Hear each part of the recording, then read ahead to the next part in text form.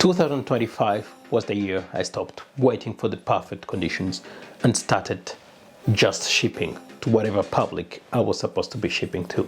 I built products, I rebuilt my routines, I made content even when it felt inconvenient, and I learned again that momentum is a choice. Here is my 2025 year in review. What worked, what broke, what I'm proud of, also what I'm taking into 2026. Hello friends, Hervé here. Welcome back to my Slayer YouTube channel. At the beginning of 2025, I came back on YouTube with a life update because I had basically become a ghost on here. I shared 5 things that were defining my year. One was getting married and planning a whole destination wedding in Portugal back in 2024. Still living in Zug, calling Zug my home, famous crypto valley, going all in on Web3 after working on a MiCA regulated stablecoin project. And number 4, co-founding the Rwanda Crypto Initiative, which is a foreign registered here in Zug. Number 5, and starting a master's degree in international business focused on finance and fintech at SK. So this 2025 review is the continuation of that story. Not a highlight reel, but a builder's log. What I actually did, what worked, what broke, and what I'm taking into 2026. At some point this year, I stopped obsessing over big plans. I committed to one idea: core slice every day. Not a feature, not a roadmap, a slice that actually runs end to end. For QuantForge, this means pushing the MVP forward with a focus on the trading engine, reliability, and what a pilot customer would truly need. For Rugira, it meant shipping artifacts that make product real. So integration, monitoring, and the kind of operational details that nobody sees until they break. The lesson was simple. The MVP isn't the idea. MVP is the habit of finishing.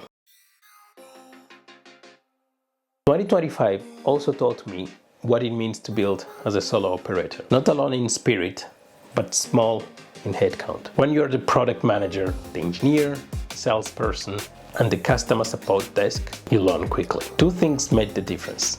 Number 1, systems over motivation. So weekly plans, deep work blocks, and clear priorities. Those are the systems that do really trumps motivation. Number 2, contractors and collaborators when it matters. So editing, production help, and focus support, so I can stay in my highest leverage work. And honestly, one of the hardest part is not the work itself, it's the emotional switching costs between building, selling, creating, and thinking long term.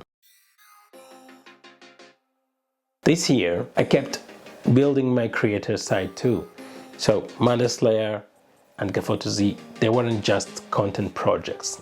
They are proof of consistency. Content is weird because the feedback loop is right there in the public. Some weeks you feel on top of it, some weeks you feel invisible. This year I focused mainly on LinkedIn and Twitter, and less on Instagram and other social media platforms. But 2025 reminded me that showing up really compounds.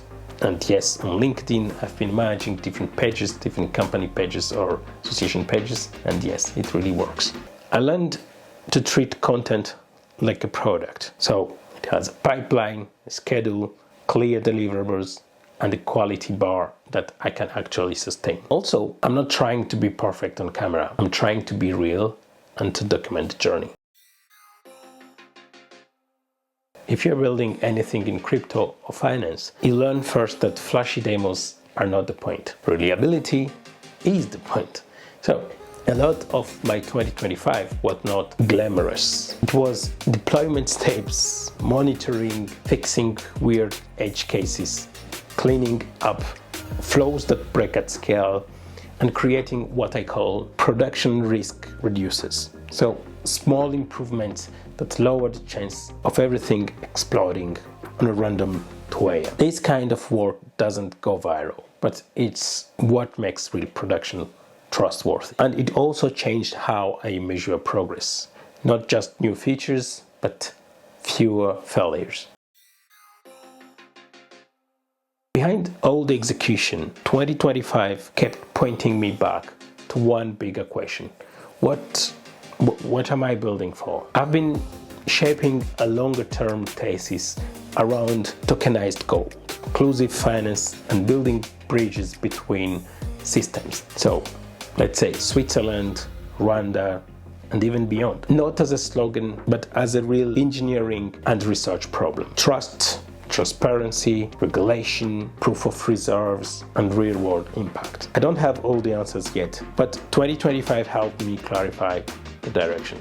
I want to build infrastructure that is both technically sound and socially meaningful. Because in the end, cool tech is not enough. It needs a purpose. And finally, here are my 5 biggest lessons from 2025. Number 1, clarity beats intensity. If the direction is clear, even a small day moves you forward. Number 2, finish small things. That's how you learn what done really means. Number 3, protect deep work. Most problems are solved by focus, not by more meetings. Number 4, build distribution while you are building the product. So the content, the outreach, relationships do not wait. Go out there, talk about your product, talk about your work, talk about what you're doing. And number 5, take care of the machine. So sleep, training, mental hygiene. The work is long term. You don't want to burn yourself out. If you're building something too, I hope you take at least one of these and apply it in the coming year. 2025 wasn't perfect, but it was honest work and real momentum for me. In 2026, I'm doubling down. I'm gonna be shipping the MVPs, pilot trust, grow the audience, and keep building with purpose. If you enjoyed this, please subscribe and tell me in the comments what was your biggest lesson from 2025. See you in the next one.